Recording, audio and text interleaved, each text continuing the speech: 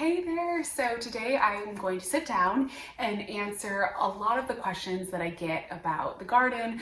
Over on Instagram, I asked for any questions that you all had, so I got some great questions from there, and then I just tried to pull a couple of the more frequently asked questions that I get just to kind of cover.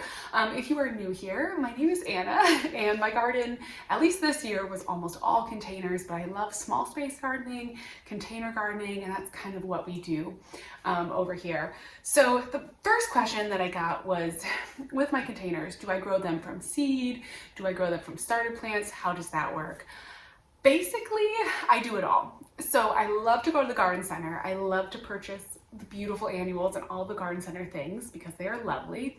But I also like to start my own things from seed, and I love growing containers entirely from seed. So that can happen two ways. In the spring, I'll usually start some plants inside, and so basically by the time I'm planting them out into containers, they're already started plants, just started from my own seed collection at my own house. But I also do like to start some containers from just seed straight into the container. Sometimes that's as simple as just an all lettuce container, or I did some corn containers that were all corn straight into the containers. But it can also be more complex with different mixes of flowers. And this year I put nasturtiums in with some of my started coleus, and so sometimes I mix and match my my started flowers and my seeds. So I like to do a little bit of all of it, and it kind of just depends on the scenario. I try to talk about what I'm doing in each container as I'm planting it and sharing with you. I think I have a video about starting containers entirely from seed, and I will go ahead and link that down below so that you can see a little bit about doing that if you want to start a container entirely from seed, because there are some things that you kind of need to think about in order to make that happen right. I also get asked, do I fertilize my garden? How often and when? The answer is yes. That is super, super important.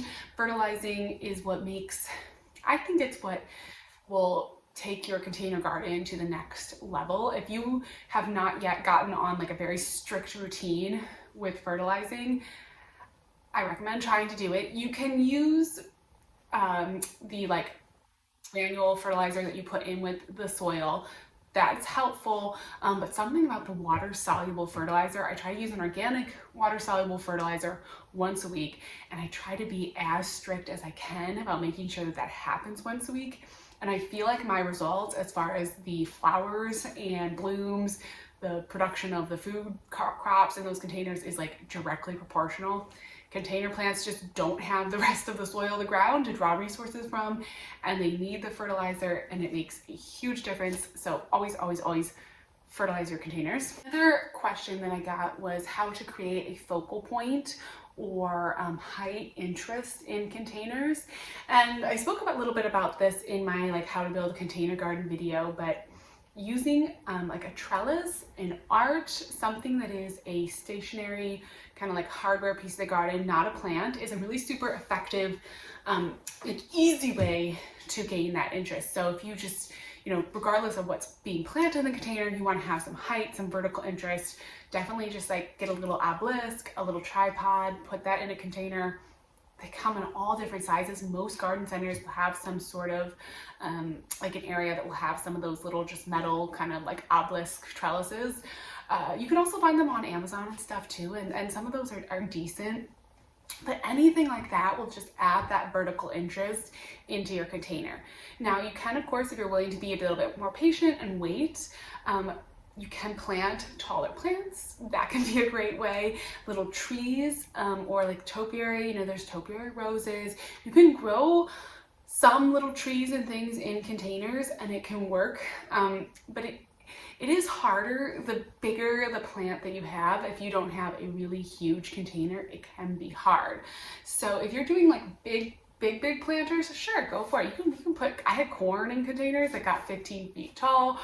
You can grow sunflowers in containers. You can grow those big focal flowers if you have a big enough container. So I would focus on finding like a big container at some portion of your container garden or an enclosed raised bed, like the trough planters that I had, if you want to get that height from an actual plant. Otherwise, like the easy route and sort of like the quick fix is just to grab like some kind of a little trellis, put that in, and there you go. Boom, you've got your height and your vertical interest. And of course you can grow vines on it, which is like so fun. So grow vines up a trellis.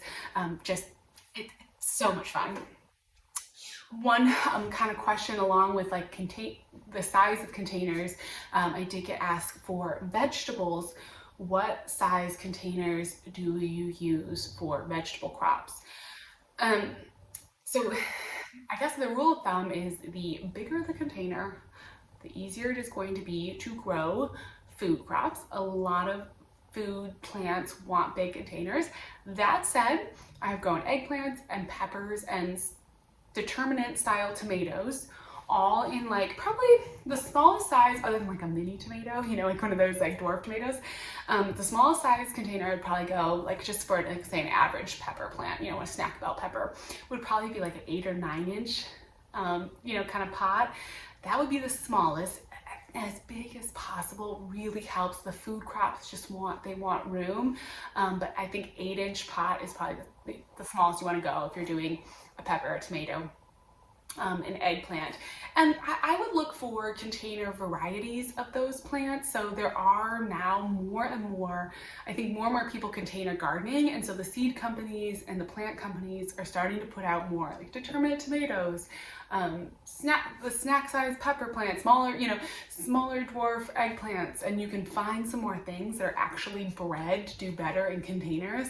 And so that is a good way too, if you want to do food crops. Look for the varieties that were bred to be in containers, and you will have better success, because the full size, like a full indeterminate tomato, if you put that in an 8-inch pot, it's just going to end up being kind of stunted. It's probably not going to have enough space. Even though tomatoes don't have super huge root systems, it's still probably not going to have enough space to really get to its full maximal kind of size. Another question that I've gotten a few times is whether or not I overwinter perennials in containers. The short answer is yes. In this garden, if you are new, we are moving. So I didn't end up overwintering any of the perennials from this garden just because we were moving. There wasn't really, I wasn't able to move the plants. But with that said, in my past garden and in my future gardens, I will absolutely be overwintering perennials in containers. If you have, oh gosh, I'm trying to think, I've had catmint that has overwintered several years in containers. I had clematis that I had in containers. What I usually do, roses, a lot of the kind of catmint, agastaches, those kind of things, echinaceas I've had in containers. So what I will usually do if I'm overwintering a container is wait until, as long as the weather is pretty nice and the plant hasn't gone dormant, I'll keep it out there, keep watering it. I usually cut back on the fertilizer at the end of the season. So into like this time, November, end of October, November, I'll stop fertilizing. And I'll let the plant go dormant, kind of watch as it dies back for the fall. Obviously, you don't need to fertilize it if it's dying back, but you do need to water it. So I'll make sure that I continue to keep it watered. Probably not, in the summer I'm watering my containers every single day. I'm not going to be watering it every single day, but I will water it, just make sure that it doesn't dry out.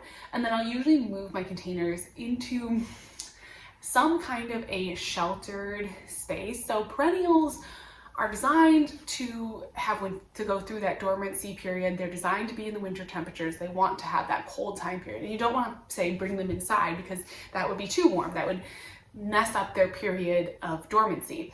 But you do want to provide protection if you can, because in the container, the plant's roots are much more exposed to the cold because they just have the walls of the container. So I will often just bring my containers, label them, bring the containers with the dormant perennials up near a house or a shed into a little bit more protected area, or maybe a sunnier spot. I also had my little pop-up greenhouse, and I have whole videos on that pop-up greenhouse, but in short, it would provide some unheated, so it wouldn't provide total protection, but some protection, and just anything to kind of cover it or put it under a little row cover, just to give the containers a little bit of protection so they aren't experiencing like the super cold freezes. I've always grown in like zone 7, so my winters have never been absolutely frigid. So I could even keep my containers just like outside a protected area. But if you're in a colder zone, I definitely think some kind of like a row cover situation or something that just allows a little bit of protection will help those roots. It's never sure, like it's never a sure thing if you overwinter perennials. There's always a possibility that you could lose them, but it's definitely worth a shot. And if you're doing container gardening, why not try? You can also dig a hole and like put the pot into the hole in the ground. I've never had the room, like space or room to do that, but it is an option. And that would also help, again, just like protect the roots. You could wrap burlap or something around it. You just want to protect those roots and make sure that they don't get overly frosted. So another question that I've received a few times with some of my direct seeded containers, like my lettuce containers, were how many seeds to plant into each of those containers, which is a really great question. And I will be honest with you, I'm a chronic overseeder. I definitely, like, when I plant my lettuce containers, I always put in too many, to be perfectly fair. You can usually get away with less, but if you want to grow something for like baby greens, you do want to have quite a few. I would say, oh my gosh, I don't even know how to like, at least one plant per square inch. If you're gonna do like baby greens lettuce, but I plant way more thickly than that. And so it sort of just depends how thick you want your plant to be, but always a good, way to check that is just look at the back of the seed packets. They'll usually say, like they usually give you a size, how big the plant is, and you can push those lines depending on what you're doing. But it'll give you, if you have a 12-inch pot and it's like one plant per 12, the plant matures to 12 inches, then one plant should be fine for that pot. And you can kind of use those seed packet recommendations to help you kind of figure out the best sizes for your containers, or just watch me and probably plant like half the number of seeds that I do, and then you're probably well within a good limit, because I do just like it's part of why I named this channel The Reckless Garden, because I just always end up pushing my plants, pushing my sunlight conditions, planting a lot. I'm learning to get more restrained, and I definitely am getting better at it the more that I garden, but it's part of, my gardens are always a little bit wild because of it. Going along with like how many seeds to plant, another question I get a lot is what potting soil I use, or what soil I use in containers. You probably know if you're a container gardener, but you do not want to use garden soil. You want to use potting mix. I usually just go for an organic potting mix. I figure since I'm growing food crops with my flowers, I'm almost always mixing them, that it's easier to just have everything be organic. So that's what I go with, an organic potting mix. And I just honestly get like whatever bags I can find at, Costco or wherever they're having, a decent price in the spring. Someday I would love to make my own potting mix. It's something I really want to try to figure out. I'm really interested in learning more about, but for now, that's what I've always done. And it's worked out for me fine. Sometimes you do get bad potting mix. I did have a batch this spring that I got that just things did not grow well in, and that will happen sometimes. So as you're troubleshooting, it could be one of the issues you're running into. If you're having trouble with some of your containers, it could be a potting soil issue. That's definitely one thing to troubleshoot with, but you're always going to do better with potting mix rather than like the garden soil, right? Even like raised bed mix in containers, because you just want to have good drainage for the plant's roots in those containers. Question I got, which I think is a fun one, is asking about what to grow under a grow light inside. So pretty soon here, once we move, I will be hopefully doing some indoor growing eventually, and I'd love to grow under grow lights. So of course you can grow, most houseplants, or most garden centers that have houseplants will have plants that are lower light, but if you have a grow light, that's very fun. So you can grow, this year I got into ivy. That was one of my big, I loved all ivy that I had. So that was a big house plant that I grew. You can also grow some like veggies and herbs and things. So I grew tomatoes on my windowsill that I did actually harvest. They did pretty well.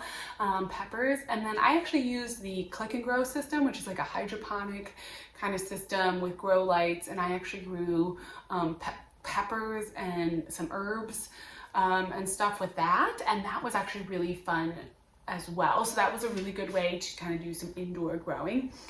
So that is an option. I would look at, if you want to do like a tomato, look for the dwarf style tomato plants. Baker Creek has some, Park Seeds has some. There's a bunch of different companies now that do like the ultra mini. I mean, they're like, you know, 6-inch tomato plants. I won't say that the tomato flavor on those is phenomenal. It's more of a novelty than like a true production, really delicious cherry tomato, but it's so fun to just watch them grow. And I think for me, with something like that, half of it is just the process of watching the tomato, or, you know, take form and grow, and the novelty of doing it inside. And it's not quite as much about the harvesting of like some really incredible tasting tomato. That's something I'll like try to do outside in the summer. But I will definitely be trying to do some windowsill tomatoes if I can get that going in my next house, because I love that and that's so much fun. And anyways, I think that was all of the questions for this video. But as I said, if you have other questions about the container garden, let me know in the comments. I'll try to answer them.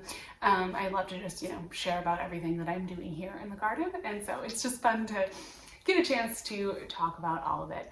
As always, thank you so much for watching, and I will talk to you again soon. Bye.